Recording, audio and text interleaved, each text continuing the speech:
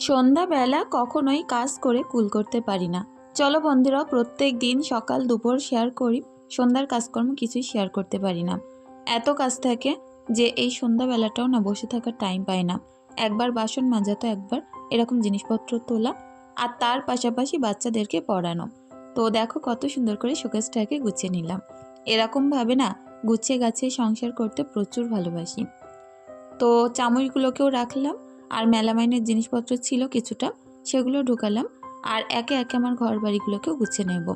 প্রত্যেক দিন সন্ধ্যাবেলা যখন মেয়েরা পড়া থেকে ওঠে তখন কিন্তু খাট নিচে সব কিছুর অবস্থা অনেক খারাপ থাকে।